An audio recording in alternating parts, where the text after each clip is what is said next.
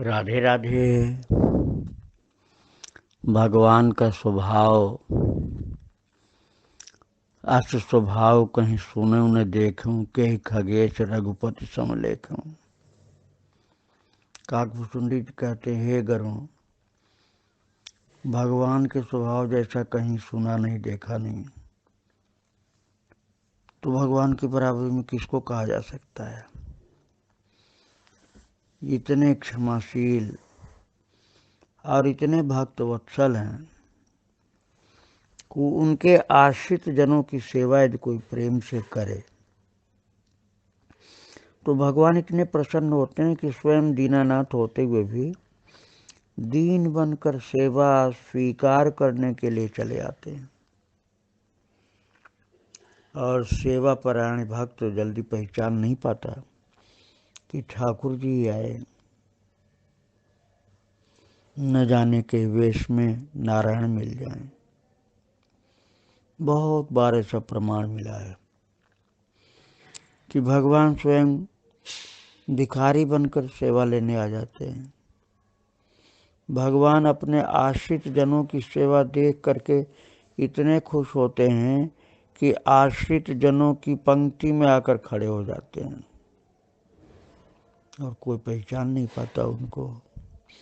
बाद में जब वो पहचानवाते हैं अपनी लीला से, तब कोई पहचान पाता है। ऐसी बहुत घटनाएं हुई हैं। वे रूप बदल के आते हैं, भक्तों के ऊपर कृपा करते हैं और विशेष रूप से उनके ऊपर कृपा करते हैं जो उनके भक्तों की सेवा करता है, उनकी संभाल करता है। एक आलिंदी नाम का तीर्थ है महाराष्ट्र में, वहाँ भगवान दत्तात्रेय जी भिक्षा ले जाते हैं चुपचाप वेश बदल के। भिक्षा देने वाले बड़े भाव से देते हैं। एक बार ऐसा हुआ था कि आलंदी में भंडारे में किसी संत ने कहा था जब दत्तात्रेय भगवान ले जाएंगे तो घंटी बज जाएगी। भंडारा खत्म हो गया, दत्तात्रेय जी ले नहीं गए, घंटी बजी नहीं।